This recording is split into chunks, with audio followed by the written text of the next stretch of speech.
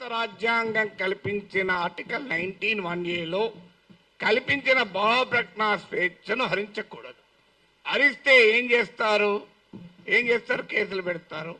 నేను అన్నాను అరెస్ట్ చేస్తారని భయమా సార్ అన్న. భయం ఉంటే యాంటిసిపేటరీ బెయిల్ పోతాను, పోలే కదా అన్న. ఇంతవరకు యాంటిసిపేటరీ బెయిల్ పిటిషన్ వేయలేదు, వేయను కూడా. ఎందుకంటే నవ్వుతూ అన్నా, నా జీవితంలో చాలా అనుభవాలు వచ్చాయి, అసెంబ్లీతో సహా. ఒక జైలు అనుభవం రాలే, అది కూడా పోయి చేస్తే నా ఆత్మకథ పూర్తవుతుంది, ఇంకో చాప్టర్ అని చెప్పాను. సో అందువల్ల అరెస్ట్లకు భయపడే వాళ్ళమైతే ఇక్కడ దాకా రాకనే పోయేవాళ్ళం. నేను 30 ఏళ్ల వయసులో యూనివర్సిటీలో అసిస్టెంట్ ప్రొఫెసర్గా ఉన్నప్పుడు Times of India group daily the ఇండిపెండెంట్కు ఒక ఆర్టికల్ రాశారు. అప్పుడు ముఖ్యమంత్రి నెదురుమల్లి జనార్దన్ రెడ్డి పైన glad to see him go అని రాశారు. అప్పుడు చీఫ్ మినిస్టర్ ఆఫీస్ నుంచి వైస్ ఛాన్సలర్ ఫోన్ వస్తే నన్ను పిలిపించాడు. ఏం నాగేశ్వర్ పెళ్ళై 4 ఏళ్ళు అయింది, కొడుకు పుట్టి 1 year కూడా కాలే, ఇప్పుడు మన ఉద్యోగం తీసేస్తే ఏమవుతుంది అన్నాడు. నేను తీసేయమన్నాడు సార్ మీ సీఎంను. ఒక 30 ఏళ్ళు అక్కడ ఇక్కడ ట్యూషన్లు చెప్పుకొని బతుకుతా, 30 ఏళ్ళ తర్వాత కోర్టులో సుప్రీంకోర్టుకి వెళ్ళి ఈ డబ్బులన్నీ తెచ్చుకుంటే జూబ్లీహిల్స్ ఇల్లు కట్టుకుంటా అని చెప్పాను. ఎందుకంటే నాకు అదొకటే మార్గం కనబడుతున్నారు సార్, లేకపోతే లేదని చెప్పిన. అంటే అందువల్ల 30 ఏళ్ళ వయసులోనే భయపడలే, 62 ఏళ్ళ వయసులో భయపడతామా? సో అందువల్ల అది భయపడే ప్రసక్తే లేదు. అరెస్ట్ ఇంతవరకైతే మీకు ఫ్యాక్ట్స్ కూడా చెప్పాలి. ఎందుకంటే ఇక్కడ మాట్లాడిన వాళ్ళు చాలామంది బహుశా టీవీలు మిస్లీడ్ చేసిన రాంగ్ ఇన్ఫర్మేషన్తో కూడా ఉన్నట్టున్నారు. నా దగ్గరికి అరెస్ట్ చేసడానికి ఎవరైతే రాలే ఇప్పటి వరకు, రారని నేను చెప్పను, ఇప్పటి వరకు రాలేదు. హైదరాబాద్కు వచ్చారేమో తెలియదు, మా ఇంటికి రాలే. అయితే అక్కడ తెలంగాణ పోలీస్ ప్రొటెక్షన్కి వస్తే వాళ్ళ ఫోటోలు వేసి మనం మీడియాలో ఆంధ్ర పోలీస్ వచ్చిందని రాశారు. ఆ వీడియోలో ఉన్న వ్యక్తి మన టోలీచెక్ సిఐ. సో అలా కూడా వచ్చాయి వార్తలు. ఆ వార్తలు కూడా ఇట్లాంటి పత్రికల్లోనే వచ్చాయి. పోనీ వీళ్ళు ఇక్కడ మనకు అర్థం కావాల్సింది అంటే, ఒకటి రాజ్యం ప్రభుత్వమే నేరుగా కేసులు పెట్టింది. ఏంటా కేసులు? కులచిచ్చు పెట్టానట. నేను నా మాటలో ఎక్కడ కులమన్న పదమే లేదు, కులచిచ్చు పెట్టాను. పవన్ కళ్యాణ్ మాటల్లో కూడా చెప్పాడు కులం. అసలు నేను ఎక్కడ కులం తీసానో నాకు ఇప్పటికి అర్థం కాలే.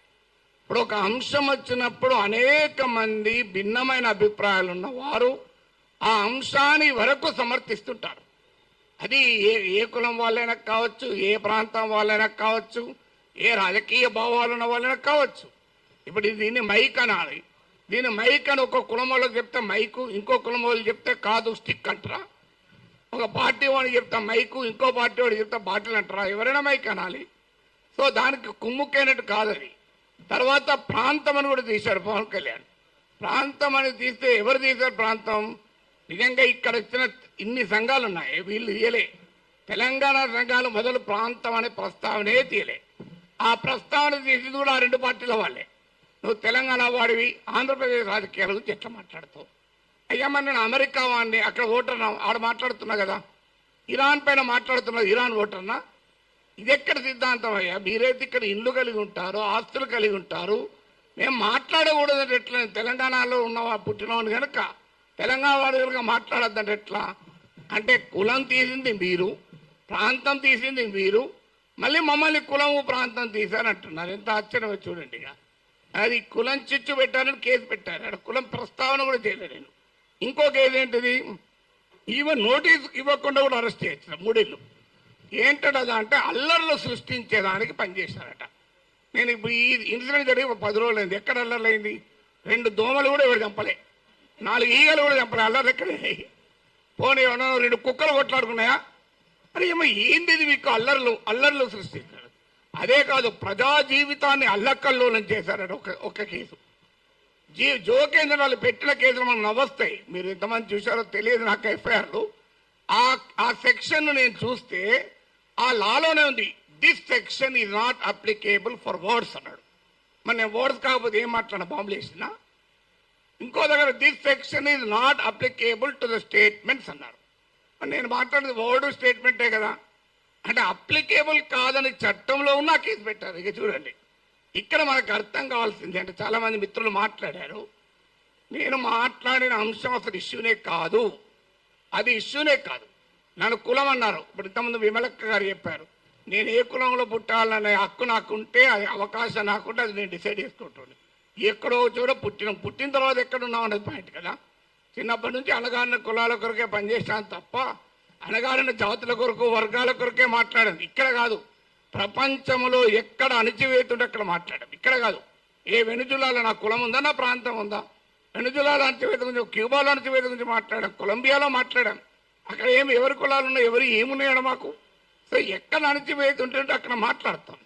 సో అందువల్ల ఇక్కడ అసలు విషయం ఏంటి అంటే, ఇంతకుముందు చెప్పారు మన మిత్రుడు రఘు చెప్పాడు, అసలు విషయం ఈ ఇష్యూనే కాదు. ఇష్యూ ఏంటి, ఆంధ్రప్రదేశ్కు విశాఖపట్నానికి రైల్వే జోన్ ఇచ్చాడు.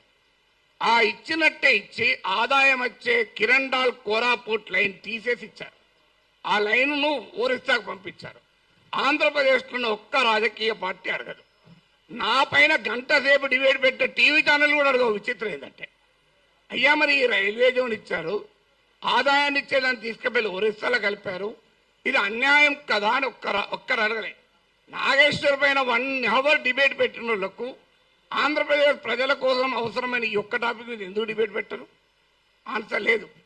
ఇక మీకు మచిలీపట్నం పామర్రు ప్రాంతంలో మీకు విలువైనటువంటి ఆయిల్ అండ్ గ్యాస్ నిక్షేపాల్ని ఓఎన్జీసీ కనుగొంటే అత్యంత చరిత్ర జరిగిన దుర్మార్గ చరిత్ర గల వేదాంతకి ఇచ్చేశారు.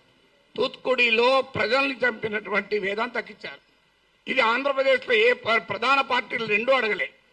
ఇక్కడ నా మీద డిబేట్ పెట్టిన టీవీ వాళ్ళు అడగలే. విచిత్రం ఏంటంటే, కానీ నేను అడిగాను. అది కోపం ఏంటంటే ఇలాంటి ఉదాహరణ 100 చెప్పగలుగుతాను. అందువల్ల పబ్లిక్గా క్వశ్చన్ చేయకూడదు. అందువల్ల ఒక్కసారి బెదిరిస్తే దాన్ని డాక్ట్రైన్ ఆఫ్ చిల్లింగ్ ఎఫెక్ట్ అంటారు. అంటే బెదిరిస్తే వీడు నోరు విప్పడని. కానీ గుర్తుపెట్టుకోవాలి, ఎంత బెదిరిస్తే అంత బిగ్గరగా అడుగుతాం, పని కట్టుకొని కూడా అడుగుతాం. అదే నేను అన్నది. అదే అని యుద్ధం మీరు మొదలు పెట్టారు, నేను ముగిస్తాను అన్నారు. మళ్ళీ దాన్ని పెట్టుకొని యుద్ధం చేస్తావట అంటారు. అయ్యా నేను ఏమన్నా అందులో క్లియర్గా నా ప్రజా సమస్యల పైన అన్నా. అంటే ఇప్పుడు ఇంకా దానిపైన కేసు పెట్టలేదు. బహుశా ఎఫ్ఐఆర్ ఛార్జ్ షీట్లు ఆడిస్తారో తెలియదు.